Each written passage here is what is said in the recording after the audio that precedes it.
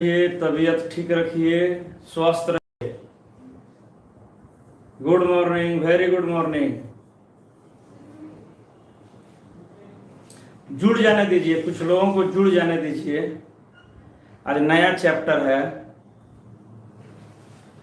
New chapter, छोटा chapter.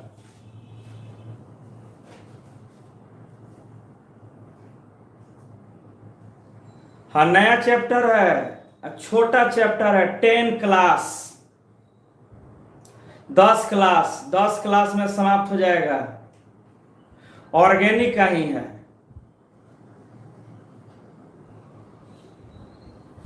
खुश रहिए। थोड़ा जुड़ जाने दीजिए, जुड़ जाने दीजिए। बहुलक, हाँ।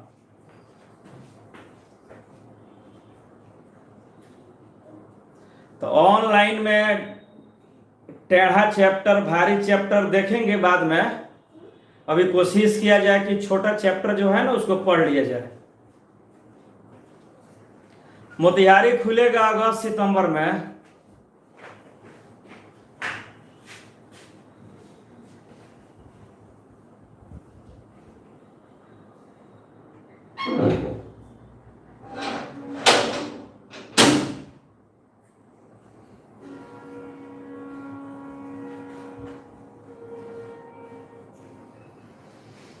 Good morning, very good morning.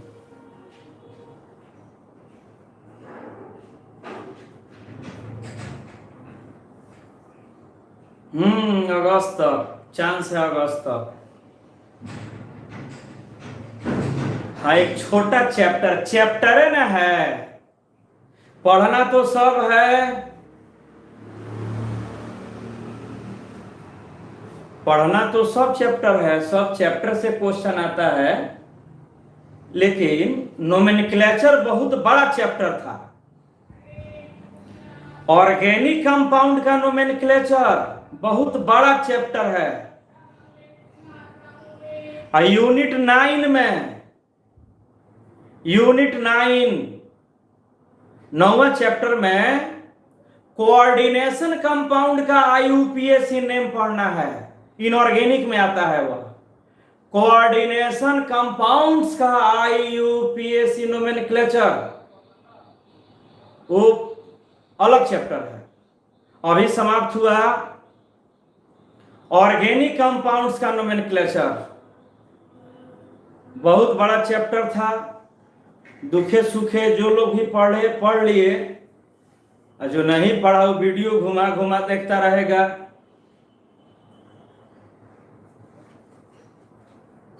Polymer होगा।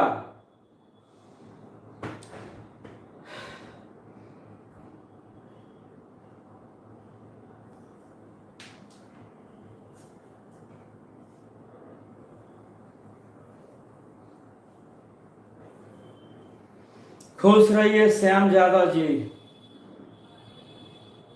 श्याम कुमार यादव जी, खुश रहिए। हाँ, सेकंड पार्ट में है, दिखा दे रहा है।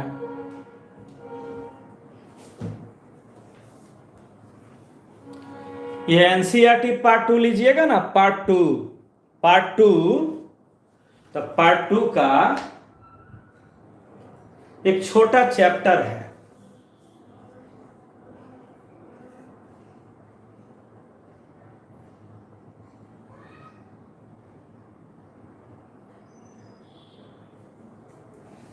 पार्ट 2 में है, ऑर्गेनिक है, पॉलीमर ऑर्गेनिक है।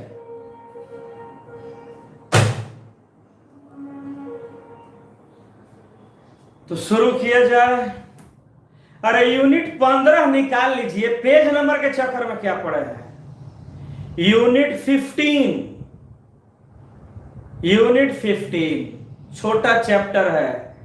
एक बड़ा चैप्टर आप पढ़े, बड़ा चैप्टर के बाद एक छोटा चैप्टर पढ़िए, फिर एक बड़ा चैप्टर पढ़ा जाएगा लॉन्ग लेंथ का, फिर स्मॉल लेंथ का, ऐसा ही पढ़िए।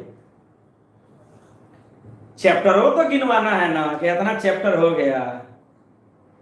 हम तो चाहेंगे कि ऑनलाइन पढ़ते समय छोटा छोटा चैप्टर निकालिए। जो टेढ़ा चैप्टर है, डिफिकल्ट चैप्टर है, क्लास खुलेगा तो पढ़ा जाएगा, और नहीं खुलेगा तो उसको ऑनलाइन पढ़ा जाएगा। क्या दिक्कत है? हमारा कोशिश है कि जब तक ऑफलाइन नहीं शुरू हो रहा है तब तक छोटा छोटा चैप्टर पढ़ लीजिए। ऑफलाइन जब शुरू होगा तो बड़ा बड़ा चैप्टर, डिफिकल्ट ट्विस्टेड चैप्टर को पढ़ा जाएगा ऑर्गेनिक के कॉपी में। हाँ देखिए, सुन लीजिए, जो लोग नोमेनक्लेचर ठीक से पढ़े हैं, जो भी स्टूडेंट आपके बैच का अभी जो नोमेनक्लेचर समाप्त हुआ, नोमेनक्लेचर चैप्टर अगर आप ठीक से पढ़े हैं तो ये चैप्टर समझ में आएगा, और नोमेनक्लेचर अगर ठीक से नहीं पढ़े हैं तो ये चैप्टर समझ में नहीं आएगा जी। सॉल्यूशन देखा जाएगा, वो बड़ा चैप्टर है। अच्छा, एक छोटा पढ़ो ना, अभी 2 और छोटा पढ़ो, फिर सॉल्यूशन जो क्लास में चला था ना, जहां तक हम लोग पढ़े थे, उसके बाद सॉल्यूशन को शुरू कर दिया जाएगा। केमिकल बॉन्डिंग अब 11th का नया बैच में पढ़िएगा।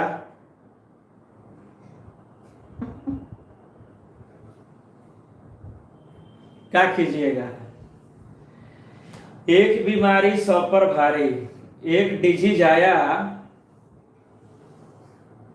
हम तो पढ़ा रहे हैं, बहुत केमिस्ट्री वाला तो पढ़ा भी नहीं रहा है, बहुत फिजिक्स वाला भी नहीं पढ़ा रहा है, बहुत केमिस्ट्री वाला भी नहीं पढ़ा रहा है। शुरू किया जाए। नोमेनक्लेचर ठीक ठाक होना चाहिए, ध्यान दीजिएगा। नोमेनक्लेचर, ऑर्गेनिक कंपाउंड का नोमेनक्लेचर आप पढ़ चुके हैं, उसी चैप्टर से रिलेटेड टॉपिक है। टोटल 16 को चैप्टर है, छोटा बड़ा मिलाकर। स्टार्ट किया जाए। पॉलीमर, आगे हम भी बंद कर दें, बंद कर दें, खुलेगा तभी पढ़ा जाएगा। जब प्रशासन, एडमिनिस्ट्रेशन परमिशन देगा तभी पढ़ा जाएगा। तले आराम कीजिए, खूब खाइए आम, जारदा, मालदेव, बीजू चूसिए, खाइए, आप आराम कीजिए, घूमिए मोटरसाइकिल से।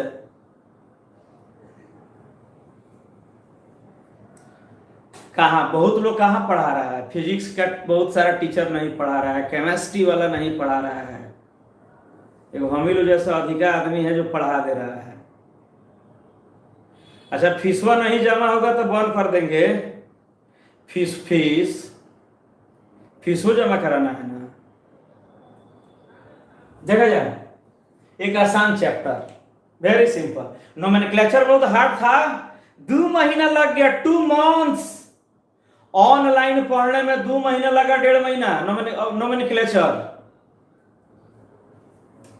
अब यहां देखो, चैप्टर का नाम हो गया पॉलीमर्स। नया चैप्टर पॉलीमर्स।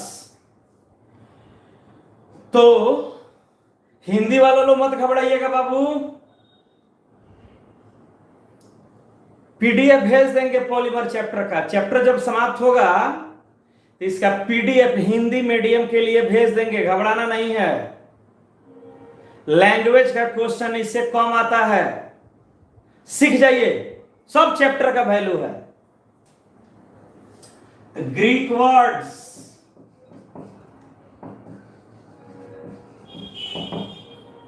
पॉलीमर एक ग्रीक इंग्लिश का वर्ड है। पॉलीमर ब्रिटिश इंग्लिश वर्ड नहीं है, ग्रीक इंग्लिश वर्ड है।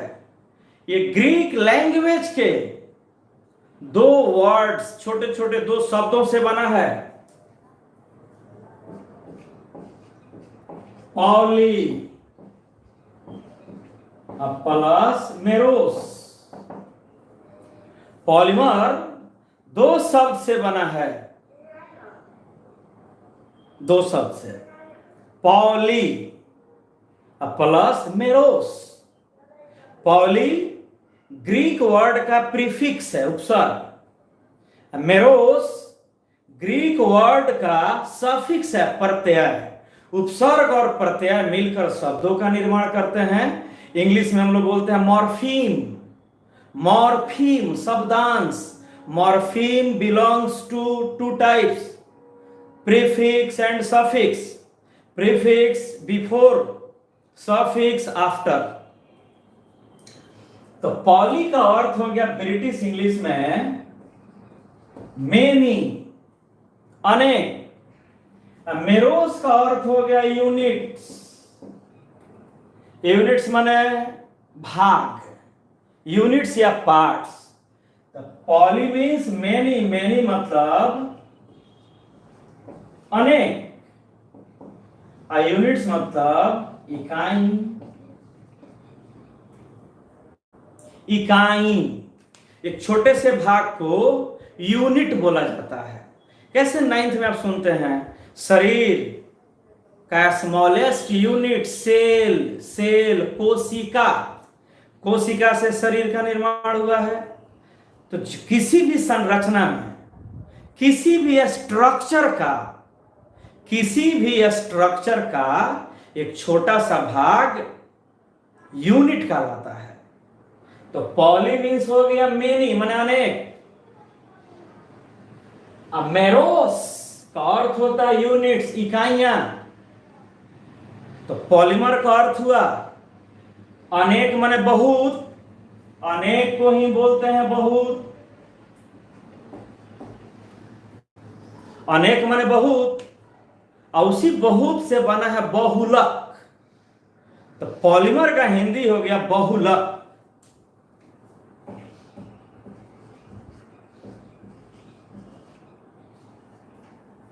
बुर्बक नहीं, बहुलक। बहु माने अनेक, बहुत। इकाई, यहां साइंस है या केमिस्ट्री है, तो यहां इकाई का अर्थ होता है small sized molecule. Small sized molecule, छोटे आकार के अनेक अणु। जब छोटे आकार के अनेक अणु आपस में जुड़ते हैं तो एक बड़े अणु का निर्माण होता है, और उस बड़े अणु को ग्रीक इंग्लिश में पॉलीमर, हिंदी में बहुलक कहा जाता है। ठीक है। फिर ये सब बात लिख रहे हैं। सॉल्यूशन चैप्टर सुन लिए ना, बाद में इसीलिए ज्वाइन करने में परेशानी होता है आपको। हम शुरू में बोल दिए हैं नोमेनक्लेचर एक बड़ा चैप्टर है, पढ़ लीजिए। फिर एक छोटा चैप्टर पढ़िए, फिर एक बड़ा चैप्टर पढ़िए, फिर एक छोटा चैप्टर पढ़िए। सॉल्यूशन बाद में पढ़ा जाएगा, वो बड़ा चैप्टर है, 1.5 महीने लगा देगा पढ़ने में। पहले इसको पढ़ लीजिए, छोटा चैप्टर को। पढ़ाना तो सब है ना, सब ऑनलाइन में पढ़ लीजिए। जो पॉसिबिलिटी है, जैसे पढ़ा रहे वैसे पढ़िए। नहीं खुलेगा क्लास तो सब पढ़ना है ऑनलाइन, नहीं खुलेगा तो सब ऑनलाइन पढ़ते रहिए। खुल गया तो कुछ बचा कर रखिए कि टेढ़ का जो है डिफिकल्ट, टेढ़ा और डिफिकल्ट चैप्टर को, ट्विस्टेड टॉपिक्स को ऑफलाइन में पढ़ा जाए, आमने सामने। थोड़ा आसान को देखिए, नोमेनक्लेचर भुला जाइएगा, अब बाद में पॉलीमर समझ में आएगा नहीं। नोमेनक्लेचर से रिलेटेड है, इसलिए इसको अभी पढ़िए। तो पॉली मीन्स हो गया मेनी, बहुत, बहुत। मेरोस मीन्स हो गया इकाई। यहां इकाई का अर्थ हुआ छोटे आकार के अणु। यहां इकाई का अर्थ होता है छोटे आकार के अणु, छोटे आकार वाले अणु। पॉलीमर में यूनिट, यूनिट मतलब है स्ट्रक्चरल यूनिट, संरचनात्मक इकाई। तो पॉलीमर एक कंपाउंड है, तो कंपाउंड है तो इसका स्मॉलर यूनिट, इसके संरचनात्मक इकाई छोटे आकार के अणु होते हैं। इस छोटे आकार वाले अणु को ही इकाई या यूनिट बोला जा रहा है ना। कैसे डायमंड है, तो डायमंड में अनेक बहुत सारे कार्बन मिले होते हैं, तो कार्बन एलिमेंट है। डायमंड पॉलीमर नहीं है, पॉलीमर के जैसा दिखता है, बहुत सारे कार्बन एटम से बना हुआ है, वह एक प्रकार का कॉम्प्लेक्स एलिमेंट है। ग्रेफाइट केवल कार्बन से बना है, तो ग्रेफाइट का यूनिट कार्बन एटम, डायमंड का यूनिट कार्बन एटम, फास्फोरस का यूनिट फास्फोरस एटम। अब पॉलीमर का यूनिट स्मॉल साइज्ड मॉलिक्यूल्स, छोटे आकार वाले अणु, छोटे आकार वाले अणु। फिर से एक बार सुन लीजिए, नया चैप्टर है, 1-2 क्लास स्लो चलेगा, उसके बाद फिर फास्ट हो जाएगा, फिर फास्ट हो जाएगा। 2-3 दिन नहीं घबराना है, 2-3 दिन थोड़ा परेशानी होगी, you may feel difficulties, 2 or 3 days you may feel difficulties। 2-3 दिन आपको हो सकता है कि कठिनाई हो, फिर बाद में इसमें कुछ नहीं है, समझ में आने लगेगा। 2-3 दिन तक बेचैन नहीं होना है। तो डायमंड एटम से बना है, तो डायमंड एक कॉम्प्लेक्स स्ट्रक्चरल यूनिट है, उसका यूनिट होगा कार्बन एटम। ग्रेफाइट का unit carbon atom. Buckminsterfullerene का structural unit carbon atom. White phosphorus का structural unit phosphorus atom. Red phosphorus का structural unit phosphorus atom. Polymer एक मॉलिक्यूल है, तो पॉलीमर कंपाउंड है, तो पॉलीमर का स्ट्रक्चरल यूनिट छोटे आकार वाले अणु स्मॉल साइज्ड मॉलिक्यूल होते हैं। डायमंड का स्ट्रक्चरल यूनिट एटम होता है, कार्बन एटम। अब पॉलीमर का स्ट्रक्चरल यूनिट मॉलिक्यूल होता है, स्मॉल साइज्ड मॉलिक्यूल, छोटे आकार वाले अणु। तो पॉलीमर को पहले डिफाइन किया जाए। पॉलीमर जैसे फाइबर तुम जितना यूज करते हो, ये कलम हम लोग यूज करते हैं, सब पॉलीमर से बना है। हम लोग के बॉडी में, हम लोग का बॉडी, एनिमल्स का बॉडी, प्लांट्स का बॉडी, बैक्टीरिया का बॉडी, वायरस का बॉडी, लिविंग बीइंग्स का बॉडी, सजीवों का शरीर पॉलीमर से बना है। शरीर में ग्लाइकोजेन कार्बोहाइड्रेट है, बहुलक है, पॉलीमर है। बॉडी में प्रोटीन पॉलीमर है, रबर पॉलीमर है, प्लास्टिक पॉलीमर है, पीवीसी पाइप पॉलीमर है, कंघी पॉलीमर है, सब पॉलीमर है। पॉली इसलिए बोला गया कि बहुत संख्या में छोटे आकार वाले अणु कोवैलेंट बॉन्ड बनाकर, अनेक संख्या में छोटे आकार वाले अणु कोवैलेंट बॉन्ड्स के द्वारा आपस में जुड़ जाते हैं, जुड़कर एक बड़े आकार के अणु का निर्माण कर देते हैं। उस बड़े आकार के अणु को पॉलीमर कहा जाता है। When a large number of small sized molecules connect with covalent bonds, then a bigger sized molecule is formed. That bigger sized molecule is called polymer. तो पॉलीमर का डिफिनेशन कहता है the bigger sized complex molecules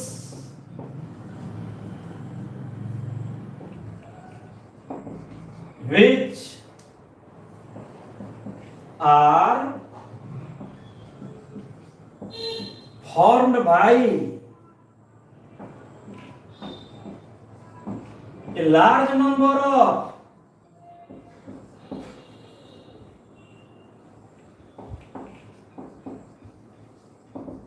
repeating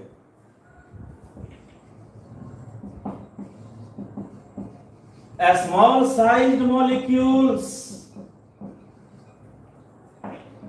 are called polymers।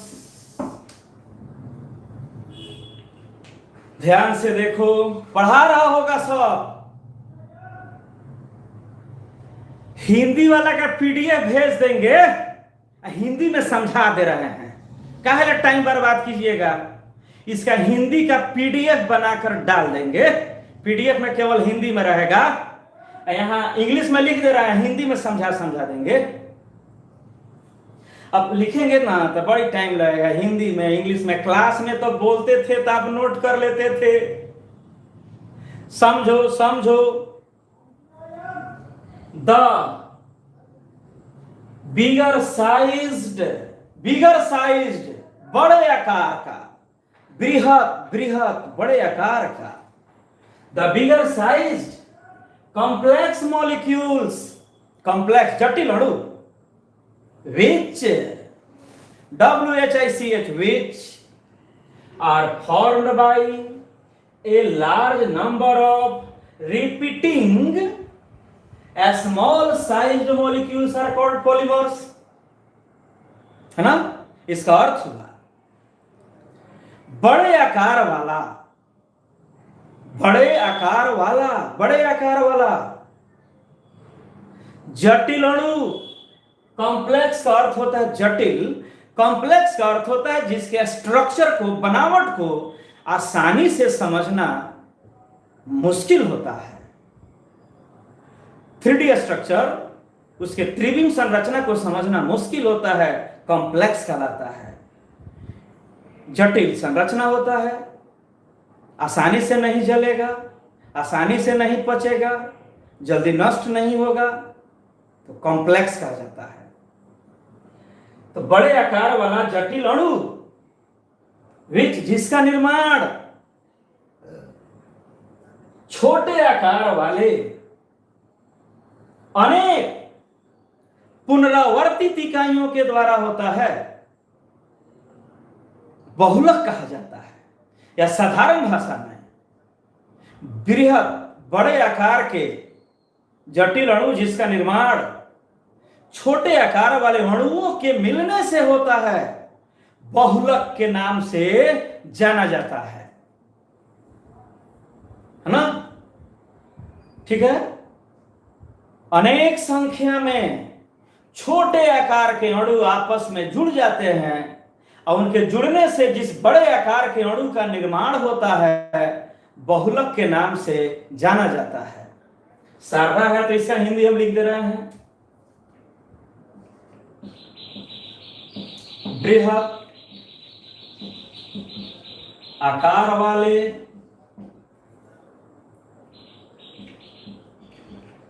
वैसे हम बोलिए दिए कि PDF भेज देंगे, जटिल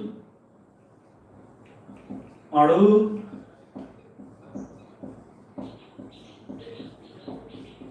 जिसका निर्माण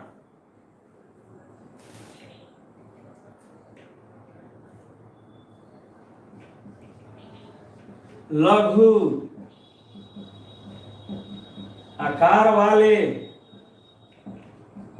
अनेक पुनरावर्तित इकाइयों से होता है,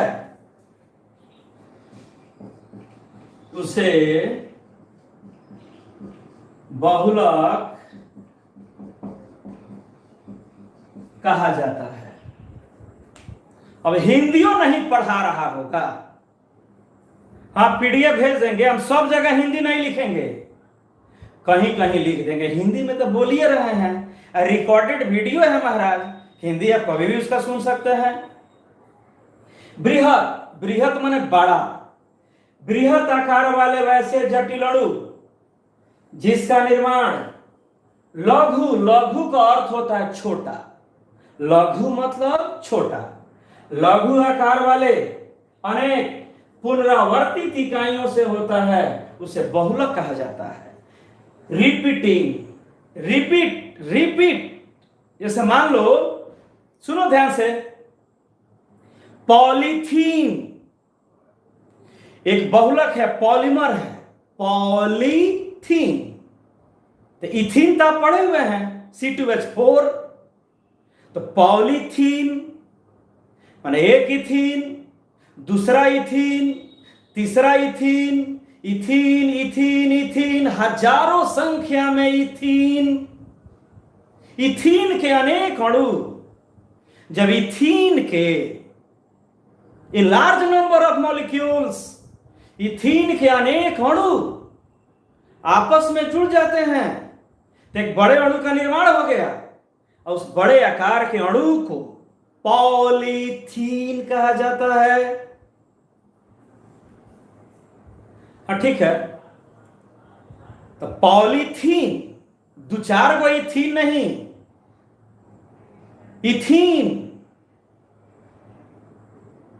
इन थाउजेंड, हजारों संख्या में एक इथीन, फिर बगल में इथीन, फिर उसके बगल में इथीन, फिर उसके बगल में ethene, ethene, ethene, ethene, ethene, ethene, तो रिपीट उसको कहा जाता है। माने बार बार इथीन आकर के जुटते गया, अब बार बार इथीन के जुटने से एक संरचना का निर्माण हो गया, उसको पॉलीथीन कहा जाता है। तो रिपीट का अर्थ हुआ वह अणु, वह मॉलिक्यूल अगेन एंड अगेन, बार बार वही आके आपस में जुड़कर एक बड़े आकार के, बिगर साइज, बड़े आकार के मॉलिक्यूल का निर्माण करता है। तो उस बड़े आकार के एक सिंगल मॉलिक्यूल को पॉलीमर, बहुलक, बहुत सारे अणुओं के मिलने से बना।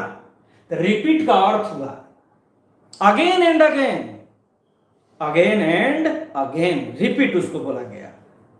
जैसे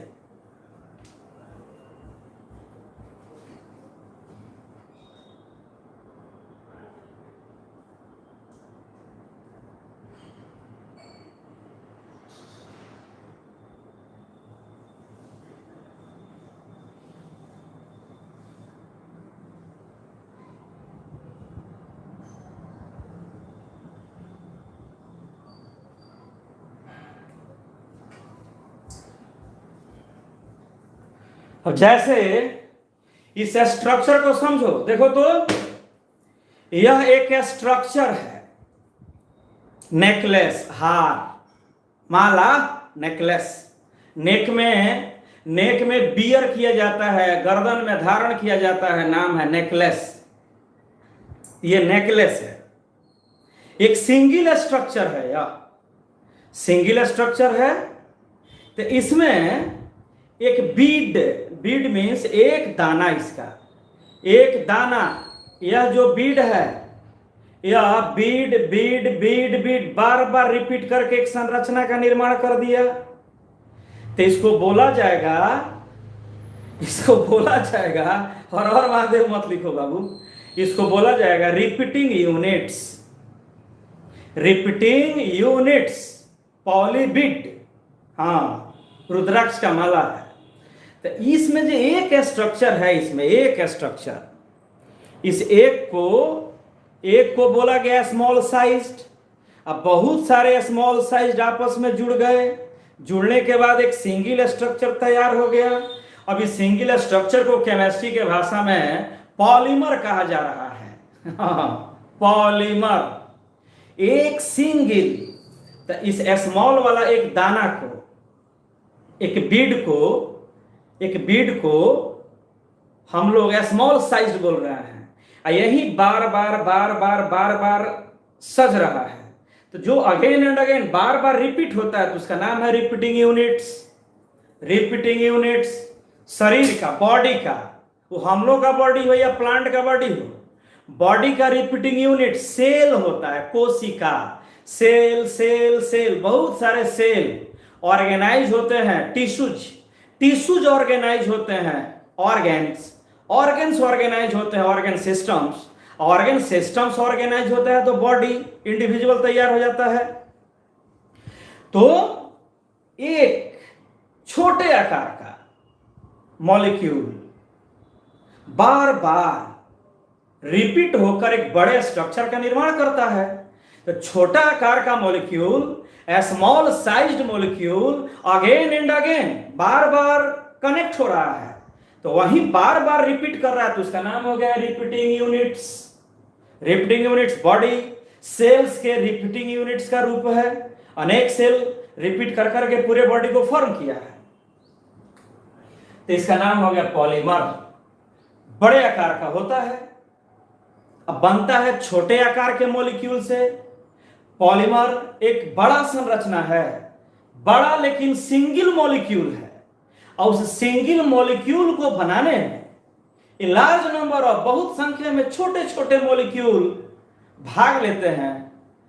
और छोटे मॉलिक्यूल भाग लेकर जब एक बड़े मॉलिक्यूल का निर्माण कर दे, फॉर्मेशन कर दे, तो उस लार्ज साइज्ड मॉलिक्यूल को पॉलीमर कहा जाता है। मिटा रहा है इसको। अब एक एग्जांपल देख लीजिए पॉलीमर का। मिटा दें, फिनिश करें इसको। हाँ, रेलवे का कोच, बिल्कुल। एक ट्रेन, ट्रेन का फॉर्मेशन कोचेज, छोटे छोटे कंपार्टमेंट्स के मिलने से हुआ है। बहुत सारा कोचेज मिलकर एक ट्रेन का फॉर्मेशन किया। लेकिन पॉलीमर है, यहां पर थाउजेंड के सेंस में संख्या को सोचना है। पॉलीमर में जो छोटे आकार के अणु होते हैं जनरली थाउजेंड्स, मिलियंस, बिलियंस, हजार, लाख, करोड़ की संख्या में रहते हैं।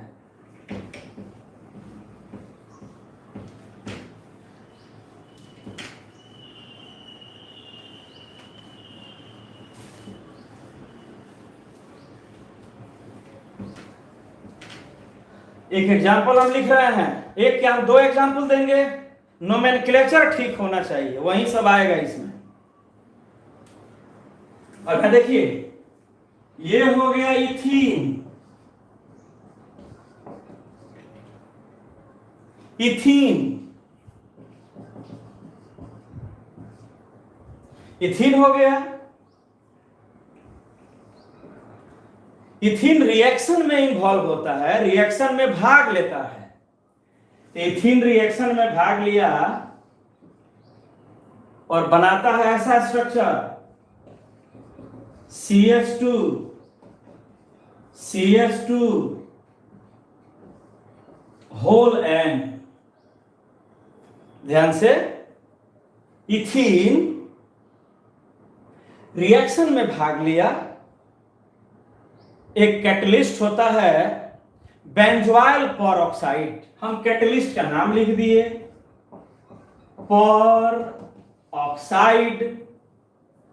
इस रिएक्शन का कैटलिस्ट, उत्प्रेरक, उत्प्रेरक कैटलिस्ट जो स्लो रिएक्शन को फास्ट करता है। Catalyst slow rate of reaction को रैपिड रेट ऑफ रिएक्शन में बदल देता है। उत्प्रेरक मंदगामी रासायनिक अभिक्रिया को तीव्रगामी रासायनिक अभिक्रिया में बदल देता है। कैटलिस्ट स्लो रिएक्शन को फास्ट करता है। इस रिएक्शन का कैटलिस्ट है पेरोक्साइड, बेंजोइल पेरोक्साइड कैटलिस्ट है। High temperature, heat.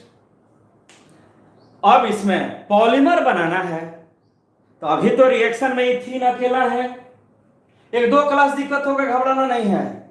दो चार रिएक्शन समझ जाइएगा, उसके बाद आप में स्पीड आ जाएगा, धड़ाधड़ क्वेश्चन बनेगा। तो यहां पर हम लिख दी है N। N का अर्थ हुआ number of molecules of ethene. Reaction में इथीन का 2 मॉलिक्यूल भाग लेता, 2 तो 2 लिखते। 3 मॉलिक्यूल भाग लेता तो यहां पर हम 3 लिखते। 4 मॉलिक्यूल भाग लेता तो यहां 4 लिखते। 10 मॉलिक्यूल भाग लेता हम 10 लिखते। लेकिन पॉलीमर का निर्माण, बहुलक का निर्माण, 1000 number of molecules, million number of molecules, billion number of molecules, मतलब बहुत ज्यादा संख्या में। तो जब किसी रिएक्शन में रिएक्टेंट अभिकारक, यही है प्रतिफल प्रोडक्ट, ये है रिएक्टेंट। रिएक्शन में जो पहले दिखता है वो रिएक्टेंट है, अभिकारक, और जो प्राप्त होता है प्रोडक्ट, प्रतिफल। जब रिएक्टेंट, यहां रिएक्टेंट अभिकारक का काम इथीन कर रहा है, अभिकारक का काम इथीन कर रहा है, रिएक्टेंट इथीन है। यह इथीन अनकाउंटेबल है, लार्ज नंबर, बहुत ज्यादा संख्या में है। तो बहुत ज्यादा संख्या में जब मॉलिक्यूल हो किसी रिएक्शन में, रिएक्टेंट का नंबर 1000 में हो, मिलियन में हो, बिलियन में हो, ट्रिलियन में हो, बहुत ज्यादा संख्या रहने पर उस संख्या को n लिखा जाता है। n means a large number of molecules. ध्यान से, यहां n का अर्थ हो गया large number of the molecules of ethene. यहां n का अर्थ हो गया इथीन के अणुओं की बहुत ज्यादा संख्या। इथीन का अर्थ हो गया, n का अर्थ हो गया, इस n का अर्थ हो गया इथीन के अणुओं की अनेक संख्या। अनेक, तो अनेक माने बहुत ज्यादा हो। रिएक्टेंट बहुत ज्यादा संख्या में हो, 1000 की संख्या में हो, रिएक्टेंट लाख की संख्या में हो, रिएक्टेंट बिलियन करोड़ की संख्या में हो, तो n लिखा जाता है। n, इस n का वैल्यू मोर देन 1000 होगा। यहां इस रिएक्शन में n का वैल्यू मोर देन 1000 होता है, 1000 या उससे ज्यादा n। हम n को ऐसे लिख सकते हैं, n ग्रेटर देन या इक्वल टू 1000। n मतलब अणुओं की संख्या, नंबर ऑफ मॉलिक्यूल। तो या इथीन के मॉलिक्यूल की हम बात कर रहे हैं, इथीन के अणुओं की संख्या। तो इथीन के अणु की संख्या यहां कितनी रह सकती है? इस रिएक्शन में इथीन के अणुओं की संख्या कितनी हो सकती है? तो या तो 1000 के बराबर या 1000 से ज्यादा। बहुत हो गया 1000 और मोर देन 1000 बहुत ज्यादा। तो बहुत ज्यादा संख्या में जब रिएक्टेंट इन्वॉल्व होता है तो उस लार्ज नंबर को समझाने के लिए n लिखा जाता है, नंबर 1। तो n का अर्थ हो गया इथीन के अनेक अणु। अनेक अणु, ये अणु 1000 लाख करोड़ की संख्या में हो सकते हैं। अगला बात समझना है। देखो अगला बात, n का तो अर्थ समझ में आ गया। n क्या यहां 2 3 लिख सकते हैं? नहीं, पॉलीमर बना रहे हैं, बहुलक बना रहे हैं। पॉलीमर में, बहुलक में छोटे आकार वाले अणु, small sized molecules 1000 million billion में होते हैं, हजारों करोड़ों की संख्या में होते हैं। और तो बहुत ज्यादा संख्या में जब रिएक्टेंट भाग लेता हो तो अधिक संख्या के लिए n लिखा जाता है। When you implement n, आप n कब लिखेंगे? रिएक्टेंट के पहले, रिएक्टेंट इथीन के पहले n कब लिखेंगे? n, यह n कब लिखोगे? किसी रिएक्शन में एन कब लिखोगे? रिएक्शन में। रिएक्टेंट के नंबर के पहले एन तब लिखेंगे जब वह रिएक्टेंट ह्यूज अमाउंट, बहुत ज्यादा मात्रा में हो, नंबर इनफाइनाइट हो, अनकाउंटेबल हो, बहुत ज्यादा संख्या में हो, बहुत ज्यादा संख्या में रिएक्टेंट हो, उस रिएक्टेंट के नंबर को एन लिख करके डिनोट किया जाता है। हाँ, रिएक्टेंट 1 मोल होता तो 1, रिएक्टेंट 2 होता तो 2, रिएक्टेंट 3 होता 3, 4 होता 4, 5 होता तो 5, 48 होता तो 48। लेकिन रिएक्टेंट अगर ह्यूज नंबर, बहुत ज्यादा संख्या में हो, तो बहुत ज्यादा संख्या में रिएक्टेंट रहने पर उस रिएक्टेंट के नंबर को एन से डिनोट किया जाता है। एन का मतलब, यहां एन का मतलब लार्ज नंबर ऑफ इथीन। अगर विनाइल क्लोराइड होता, विनाइल क्लोराइड, तो large number of vinyl chloride. Vinyl cyanide होता रिएक्टेंट, तो एन का अर्थ होता large number of vinyl cyanide. Styrene होता तो एन का अर्थ होता large number of styrene. Propene होता तो एन का वैल्यू अर्थ होता लार्ज नंबर ऑफ प्रोपीन। जी, एन का मतलब बहुत ज्यादा संख्या में। जब रिएक्टेंट बहुत ज्यादा संख्या में हो तो उसके संख्या को एन लिखते हैं। अगली बात ध्यान से समझिए, यह एन अणुओं की संख्या एन, मॉलिक्यूल का नंबर एन रिएक्टेंट के पहले है। तो जब एन अणु की संख्या रिएक्टेंट के पहले है तो इसका अर्थ होता है इथीन के सभी मॉलिक्यूल एक दूसरे से अलग हैं। हाँ, कॉमन मिथिलीन होता है।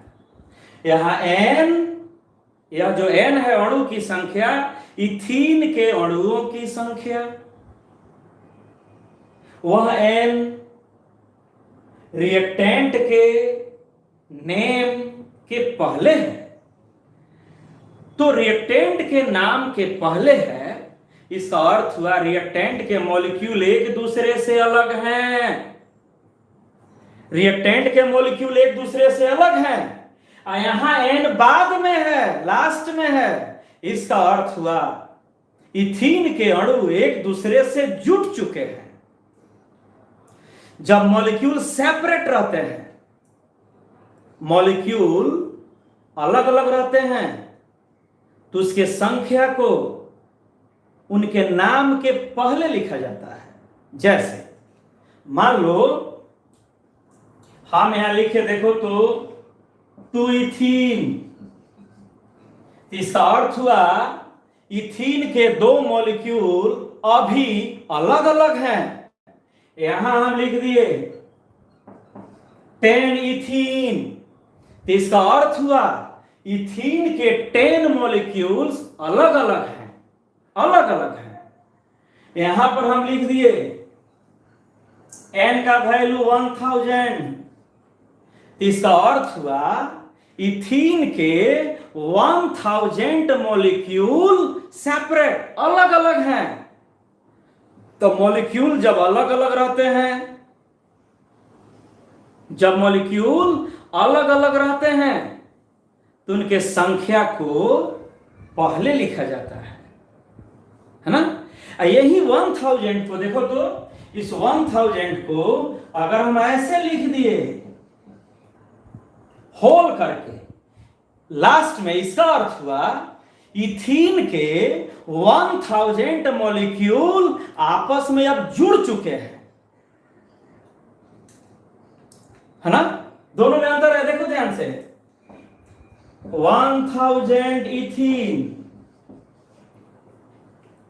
यह 1000 मॉलिक्यूल रिएक्टेंट माने इसका नाम के पहले है, तो यहां 1000 का अर्थ हुआ इथीन के मॉलिक्यूल अलग अलग हैं, अलग अलग हैं। यहां 1000 लास्ट में है, तो इसका अर्थ हुआ कि अब इथीन के मॉलिक्यूल आपस में जुड़ चुके हैं। तो अगर संख्या, कोई संख्या संख्या लास्ट में हो, इसका अर्थ है उसके घटक कंपोनेंट्स रिमेन्स कनेक्टेड, आपस में जुड़ चुके हैं। और वही संख्या अगर पहले लिखा हो, इसका अर्थ होता है कि वो अलग अलग हैं। तो यहां रिएक्शन में ध्यान से देखिएगा, एन इथीन के पहले है, इसका अर्थ हुआ इथीन के अनेक अणु हैं, अणु अनेक हैं लेकिन अलग अलग हैं। यहां एन बाद में है, इसका अर्थ हुआ इथीन के अनेक अणु हैं लेकिन आपस में जुड़ चुके हैं। Remains connected, remains bonded, remains attached, remains linked. एन बाद में है, देखो कार्बन इसमें दो है, C2 कार्बन 2 है, 112 C2, हाइड्रोजन 4 है, C2H4। यहां भी कार्बन 2 है, C2, हाइड्रोजन 4, C2H4। अंतर क्या है? पहला मेन अंतर, यहां N बाद में है। बाद में N का मतलब सभी इथीन के मॉलिक्यूल आपस में जुड़ चुके हैं, सभी इथीन के मॉलिक्यूल आपस में जुड़ चुके हैं। यहां N पहले है, पहले का अर्थ हुआ इथीन के मॉलिक्यूल अलग अलग हैं। फिर से बोलो, यहां N का मतलब, कोई जवाब दीजिए तो जवाब दीजिए। यहां पर N का मतलब N लास्ट में है, इथीन C2H4 है, C2H4, C2H4 whole N last में है, इसका मतलब N लास्ट में है मतलब जुड़ चुके हैं।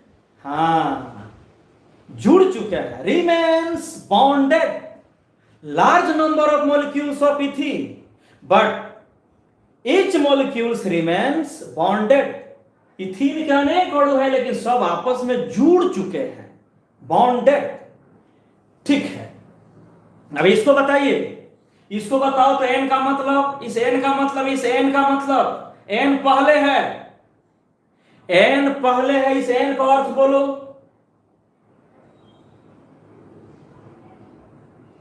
इस N का अर्थ बोलो, इस N का। हाँ, अलग अलग है। फिर यहां पर आ जाओ,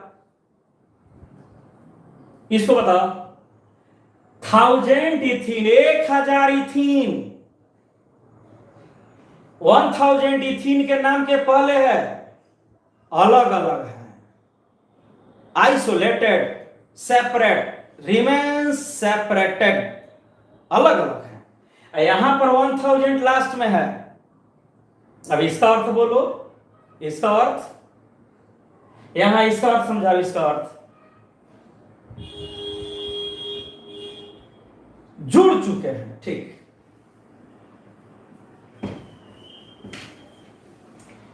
तो फिर से एक बार आ रहा है, देखिए आज पहला क्लास है तो 2-3 दिन तो परेशान करेगा, 2-3 दिन ठीक से समझ लीजिए, फिर स्पीड आ जाएगा आप में। 3 दिन 3 क्लासेस प्रॉब्लम क्रिएट करेगा। नया चैप्टर है। एन का 2 अर्थ निकला, एन का 2 अर्थ, 2 मीनिंग्स, या एन का 2 मीनिंग्स, 2 अर्थ। पहला, N represents the presence of a large number of the molecules of ethene। यहां N का पहला अर्थ हुआ इथीन के अनेक अणु, हजारों की संख्या में, लाखों की संख्या में, करोड़ों की संख्या में। N का अर्थ हो गया इथीन के अनेक अणु। चूंकि N मॉलिक्यूल के पहले है, इसका अर्थ हुआ इथीन के मॉलिक्यूल्स रिमेन्स सेपरेटेड, एक दूसरे से अलग हैं, हजारों की संख्या में है, बहुत ज्यादा संख्या में है लेकिन अलग हैं। इसे इनका अर्थ हुआ इथीन के बहुत सारे अणु हैं लेकिन ये सभी आपस में जुड़ चुके हैं। तो बहुत सारे आपस में जुड़ चुके हैं, तो इसका नाम हो गया पॉलीथीन। अब इसका नाम हो गया पॉलीथीन। कौन आपस में जुड़ चुका है? इथीन। एन बाद में है, मतलब बहुत सारा इथीन आपस में जुड़ चुका है, बहुत बहुत। तो पॉली, कौन आपस में जुड़ चुका है? Ethene, polythene. या एन बता रहा है यहां भी दो अर्थ, इथीन के large number of molecules but get bonded. Ethene के अनेक अणु हैं लेकिन वो सब आपस में अब जुड़ चुके हैं, है ना। तो मान लो एक मॉडल बना रहे हो, मॉडल ध्यान से देखो, इथीन को हम ऐसे दिखा दिए,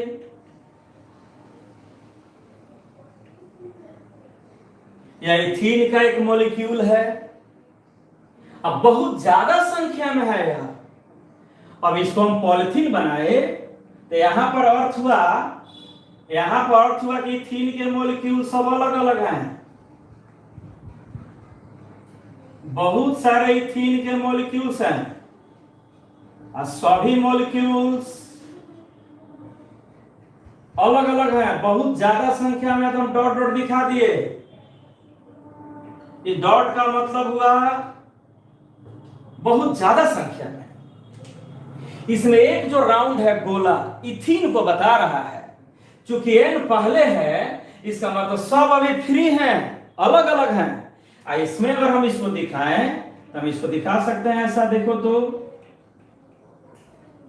अब सब आपस में जुड़ चुके हैं।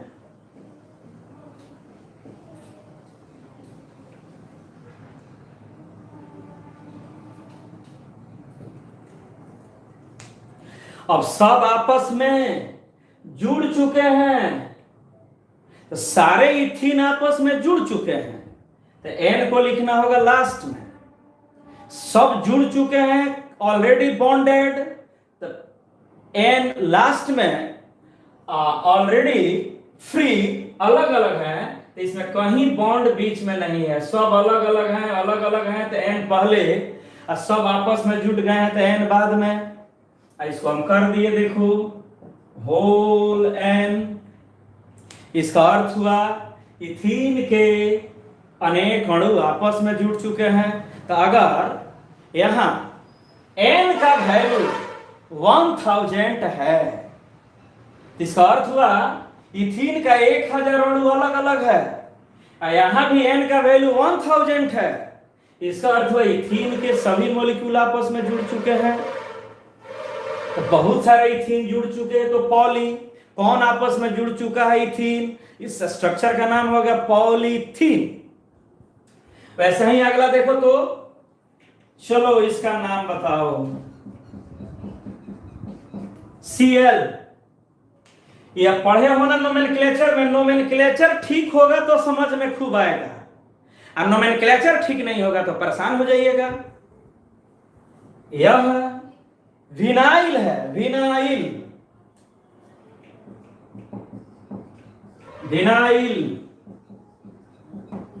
क्लोराइड। आप पढ़े हैं नोमेनक्लेचर में विनाइल क्लोराइड, ठीक। रिएक्शन करने जा रहा है, इसका भी कैटलिस्ट है परऑक्साइड। इसको भी हिट किया गया, चूंकि पॉलीमर बनाना है, पॉलीमर बहुत, तो यहां भी हम लिख दिए एन। इस एन का कितना अर्थ होगा जी? इस एन का कितना मीनिंग होगा? यह एन पहले है, तो एन का पहला अर्थ विनाइल क्लोराइड लार्ज नंबर, बहुत ज्यादा संख्या में है। यह एन तभी लिखेंगे ना जब रिएक्टेंट बहुत ज्यादा संख्या में हो, रिएक्टेंट काउंटेबल क्वांटिटी में हो, फिक्स नंबर में 2, 4, 6, 7, 8, 10, तब एन नहीं लिखते हैं। जब रिएक्टेंट अनकाउंटेबल हो, इनफाइनाइट हो, ह्यूज नंबर में हो, तब एन लिखते हैं। तो यहां एन का पहला अर्थ कि vinyl chloride, the molecules of vinyl chloride are present in large quantity.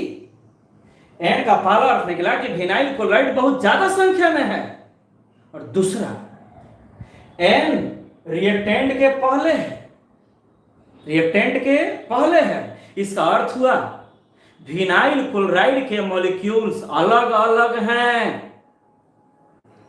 इसका एन का भूनाश लेखा समझ रहे हैं? ये तो भूनाश वो है सब जो पढ़ नहीं रहा है, खाली घूम रहा है।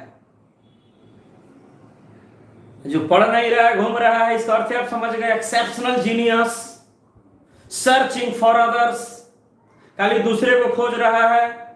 पढ़ाई बाहर, पढ़ाई छोड़कर सबको खोज रहा है। पढ़ाई पर छोड़ के सबको खोज रहा है। दिन भर फेसबुक पर मैसेज, फोटो, खेसारी लाल निरहुआ, उसी को खोज रहा है। एन का दो मीनिंग,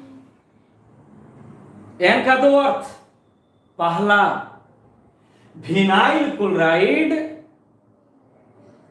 बहुत ज्यादा संख्या में है। The molecules of vinyl chloride are available in huge number, बहुत ज्यादा संख्या में है। दूसरा, विनाइल क्लोराइड के मॉलिक्यूल अलग अलग हैं। विनाइल क्लोराइड के मॉलिक्यूल अलग अलग हैं, अलग अलग है। तो विनाइल क्लोराइड का मॉडल बना दो। मान लो ये विनाइल क्लोराइड का मॉलिक्यूल है,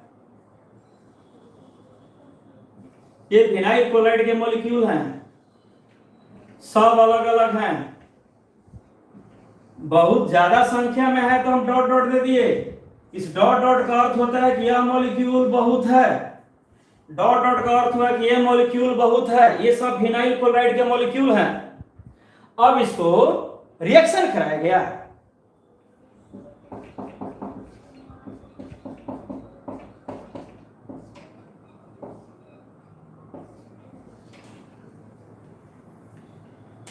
अभी भी विनाइल क्लोराइड है। देखो यहां पर ध्यान से, इसमें कार्बन कितना है जी? 2, C2H3Cl, C2H3Cl। यहां भी देखो C2, 2 कार्बन है, C2H3Cl। केवल पाई बॉन्ड टूट चुका है, पाई बॉन्ड वीक होता है, पाई बॉन्ड वीक होता है, पाई बॉन्ड अब पढ़ चुके हैं। पाई बॉन्ड वीक होता है, रिएक्शन करते समय pi bond cleaved, pi bond टूट गया, टूट करके चेन बना देता है। कौन टूट करके? Pi bond has got cleaved, pi bond टूट कर चेन बनाता है। अब एन लास्ट में है, एन लास्ट में है, एन इसका अर्थ हुआ 2। फिर से देखो यहां पर, बाद में मैसेज लिखना। एन लास्ट में है, एन लास्ट में है, इसका भी अर्थ 2 निकलेगा। पहला, विनाइल क्लोराइड ह्यूज नंबर, बहुत ज्यादा संख्या में है, लेकिन सब आपस में अब जुट चुका है। एन लास्ट में है। एन का तो पहला अर्थ निकला कि यह मॉलिक्यूल विनाइल क्लोराइड बहुत ज्यादा संख्या में है। चूंकि एन रिएक्शन के लास्ट में है, इसका अर्थ है कि सभी मॉलिक्यूल अब आपस में जुट चुके हैं। ऐसा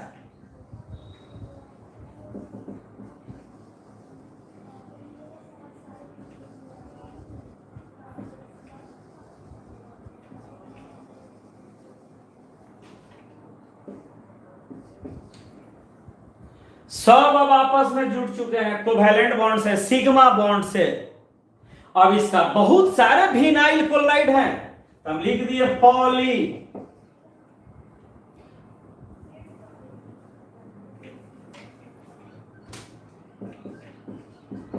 पॉली बहुत है विनाइल क्लोराइड, तो बहुत है तो पॉली। कौन बहुत आपस में जुट चुके हैं? Vinyl chloride. Poly vinyl chloride, इसी को बोला जाता है पीवीसी। पीवीसी का अर्थ हुआ polyvinyl chloride. PVC polyvinyl chloride, उसी को पीवीसी कहा जाता है।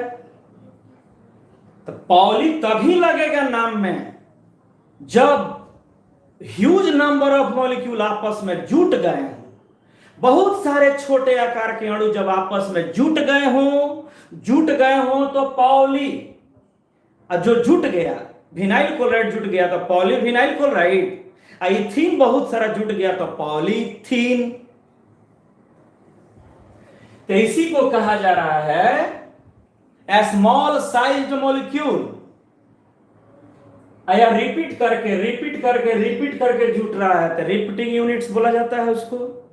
छोटे आकार का अणु जो पॉलीमर बनाता है उसको रिपीटिंग यूनिट के नाम से भी जाना जाता है, क्योंकि रिपीट कर करके सब सिग्मा बॉन्ड से जुड़कर एक लंबा चेन एक बड़े आकार के मॉलिक्यूल का फॉर्मेशन कर देता है।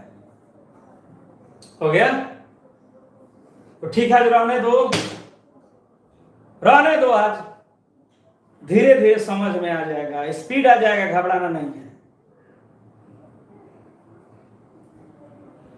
ठीक है, थैंक यू। नोमेनक्लेचर ठीक रखिए, ऑर्गेनिक में नोमेनक्लेचर गड़बड़ाएगा तो सब गड़बड़ा जाएगा। इथीन, पॉलीथीन, पॉली में अनेक, मतलब अब बहुत सारा है, आपस में जुड़ चुका है, नाम में पॉली आ गया, इसका अर्थ अब वह जुड़ चुका है, ऑलरेडी बॉन्डेड।